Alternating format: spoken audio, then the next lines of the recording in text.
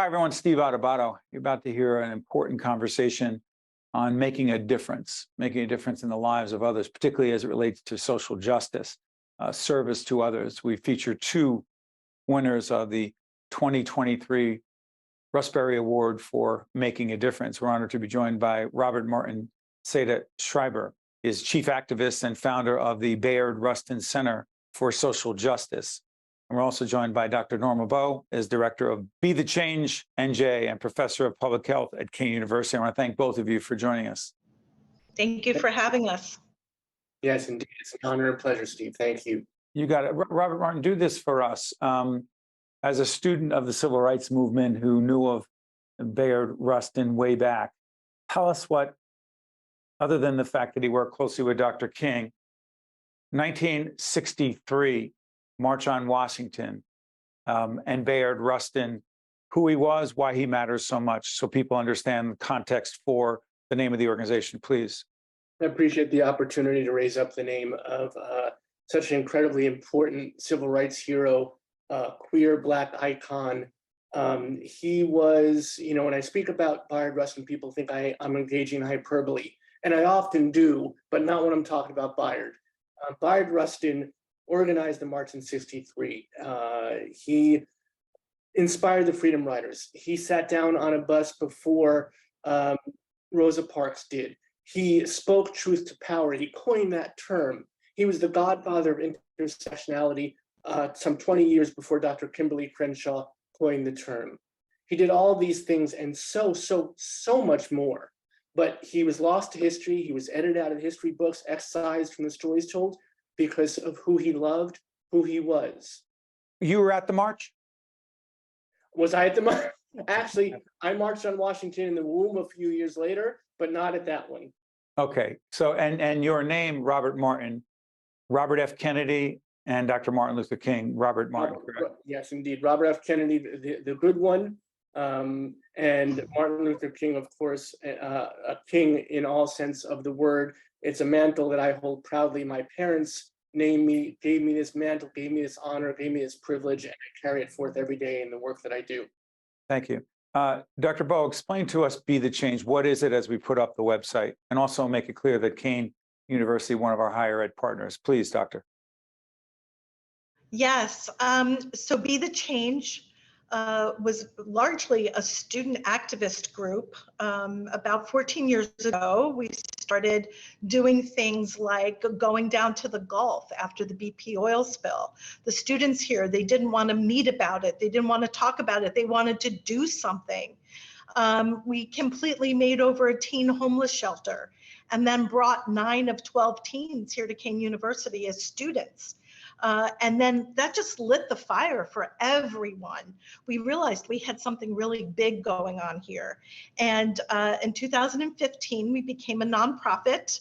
Our name, Be the Change, of course, comes from the famous Gandhi quote, "Be the change you wish to see." You hope to see in life. And yeah, be the change. So we believe that you're not who you say you are what you do. And when we see something happening in the community, we want to do something to make it better. We work in partnerships with dozens of other community-based organizations. We have things like garden projects. We've completely homicide mapped all of Newark, for instance. We take empty lots and we turn them into garden projects. We are embedded in the community, and we love the work we do. And real quick, before I go back to Robert Martin, that food insecurity, as you and your colleagues see it, is in fact an issue of social justice, please. It is a social justice issue, and it may, Steve, be the greatest social justice or civil rights issue of our time. So many people are food insecure. Be the Change gets food from the community food bank in Hillside, and we deliver food every single week to 200 to 300 families. And every time I think our list might get smaller, Steve, it gets bigger. There are so many people hungry, and especially this time of year with school closed. But we're very dedicated to food security. We also feed the homeless at least once a week. And we're very involved with homelessness relief as well. Thank you. Thank you. Robert Martin, do this for us. Your organization dedicated to creating safe spaces to assist people who are homeless, food insecure, as Norma mentioned, victims of violence, and are members of the LGBTQ plus community. Talk about the last part in particular. Indeed. Well, first of all, if I may, much love and respect to Dr. Bowe. What incredible work you're doing. And thank you for doing it, my friend. That kind of angelic troublemaking is what we all aspire to. And, I believe that the work we're doing together, we are the first responders now. We are the ones that are hopefully heading off crises rather than putting people into them. So thank you so much for all the work you're doing and the kids are doing and your organization is doing. It's an incredible honor to be on the program with you. And Right Steve, back at you, Robert. thank you. And Steve, to answer your question directly, yeah, I was a public school teacher for almost 25 years. I taught in the same school I went to as a student. In that time, in middle school, I created the first Gay Straight Alliance in a middle school in New Jersey. And it was the continuation of my journey, understanding that these kids and our families needed these safe spaces. And that's not just a term that we bandy about lightly. This is something that's life-saving, that is life-affirming, that shows people and gives people the recognition and the respect they deserve, they need. And we're so honored to provide it. We have dedicated, trained volunteers here at the center every day to make sure that we're open for folks who need or want a space. And that may be a conversation, might be a meaningful moment shared. It might just mean that they want to come in and read one of the thousands of books we have in our dedicated social justice library. Real quick follow-up, and I see the Russell Berrie Award for Making a Difference over your right shoulder, and meeting both of you and the other honorees.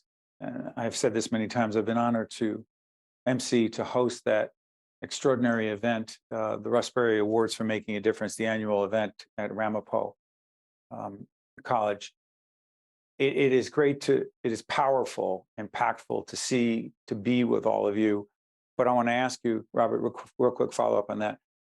Being acknowledged with your colleagues, you're talking about Norma before, and I'll normally ask you the same thing. What impact has that had on you? Why does it mean so much, Robert? Oh, it's an incredible, extraordinary honor, and what a meaningful moment it was. And thank you, Steve, for the work that you've done for so long with the organization. They've been doing this for decades, and it seems like a lot of these awards are superficial. A lot of these awards don't have much meaning behind them. The Russ Berrie Foundation has been, and Ramapo College supporting it, has been doing this in such a fashion. It's incredible, their vision of who they choose to honor and how they choose to honor these folks. And I can say as a queer person like myself, be honored in this way. It means something to me personally. Obviously, it's a great honor. I am thrilled. I'm over the moon. But it means so much more to our beloved community who see someone like myself or Dr. Bowe or all the other honorees, and they were incredible. And every year they are incredible. To see all those folks honored and the people in the communities they serve, it's such an inspiration and allows us all to move forward together in that parallel journey we're taking. Robert Martin, to your point, we're going to put up the website for the Russell Berrie Foundation for people to acknowledge and recognize and nominate. There are different periods when the nomination process is open, but go on that website to find out more.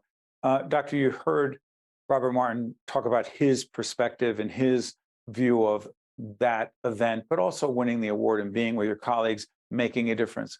What has it meant to you? Well, I want to ditto everything that Robert said. I could cry thinking about being nominated by my group, by my colleagues here at Kean University. I didn't know that I was being nominated, and I frankly was quite shocked when I found out that I was an honoree. None of us do this for the recognition. We do it because it makes a difference. And service work is very healing work. What do you mean by that? Norma, well, what do you mean by that? So I teach a course on death here at Kean University, Steve. It has a 3-year wait list. We have a lot of people grieving. Our young people are grieving the loss of their grandparents, for instance, but many of them have lost people to suicide. 3/4 of my classes have lost people to homicide. People have been discriminated against, as Robert so eloquently has been talking about. There's so much grief. And I find that service work is grief work. It takes us from feeling helpless about certain situations, and it gives us some power over our circumstances. It gives us some power over the change that needs to happen in some of our communities. When we go into a community, for instance, and make a garden, especially in a high crime, let's say, area, it gives people hope. It gives people the opportunity to get out and be together in a different kind of way and to be a real neighborhood. And so we don't do it for the recognition. We do it for the work. It's very meaningful and purposeful work. But it was just, I can't even describe the feeling that I had when I found out that I was an honoree. It was extraordinary, especially from the Russ Berrie Foundation, which is just an extraordinary, organization. Robert Martin, let me follow up with you on this. You talked a little bit about why you do what you do, what your parents taught you, gave you, showed you, not just simply by what they said, but more importantly by their actions. For you, with the LGBTQ plus community being targeted by so many, talk about what the real human impact has been, not just from a social justice point of view, but from a human point of view on the LGBTQ plus community at this point in time in 2023, please. Yeah, this is a dark moment. This is a difficult time. This is a tender time in our nation's history and our culture, especially for queer folks. And for us, it's always about resilience. And we just had our Pride Parade and after party here in Princeton exactly a month ago. And we had over 4,000 folks marching in solidarity, dancing in celebration, because we have to embrace who we are, how we love. And that's the way we win. That's the way we move forward. And the center is extraordinary because we get to embrace that intersectionality that Bayard Rustin embodied.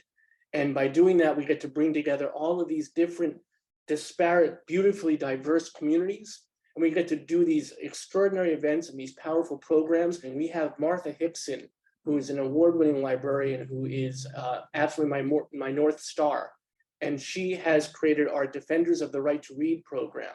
And what we're doing there is we are working toward combating censorship, battling book banning, and making sure that our kids and our adults, and by the way, we are just as involved with our seniors and our elders in the community to make sure that when they go to a library, when they go to a school, when they're in the greater community, they can see themselves in the stories they read, in the things that they see. And it's the only way that we can find those windows and those mirrors to be able to move forward and to say, this is who I am, and I'm inspired by this person or that story or this incident or this gathering. And that's what we do here at the center, and that's what we do in the greater community. Well said, Robert Martin. Norma, I'm going to come back to you on this in a couple of minutes left. In the polarized environment that we live in, and the people can decide for themselves how the political process is playing out. But this isn't political. It's more human and in terms of society and the way we interact with each other. Where is the silver lining, the reason, not even reasons plural, the primary reason why we should be positive about making a difference, particularly when it comes to service to others and social justice, with all of what's going on? And it seems like a lot of hatred and divisiveness. The reason to be positive, other than seeing the two of you and the other Russell Berrie awardees for making a difference, is, please finish that sentence. Well, Steve, programs like this, we're only hearing negativity, and we're only hearing about things that polarize us, right? People are good. people are inherently good, and people want to help others. People want to make communities a better place, a safer place, like Robert so eloquently talked about. People want to make a difference. And that's the real story. It's not all this negativity. It's really not about politics. It's about people. Well said. We'll continue the conversation, I promise, with you and the other Russell Berrie awardees for making a difference. And Robert Martin, to you, thank you. To you, Dr. Norma Bowe, thank you for the work you're doing every day. We appreciate it. Look forward to talking down the road. Okay. Thank you, Steve. Be good, everybody. You got it. We're right back after this. Think Tank with Steve Adubato has been a production of the Caucus Educational Corporation. Funding has been provided by the Russell Berrie Foundation, Hackensack Meridian Health, Community Food Bank of New Jersey, Valley Bank, the New Jersey Economic Development Authority, NJM Insurance Group, New Jersey Sharing Network, the North Ward Center, and by the Healthcare Foundation of New Jersey. Promotional support provided by ROINJ and by Meadowlands Media. I am alive today thanks to my kidney donor. I am traveling and more active than ever before. I'm alive today thanks to my heart donor. I'm full of energy and back singing in my church choir. I'm alive today thanks to my lung donor. I'm breathing easy and I'm enjoying life's precious moments. There are about 4,000 people in New Jersey waiting for a life-saving transplant. Donation needs diversity. For more information or to become an organ and tissue donor, visit njsharingnetwork.org.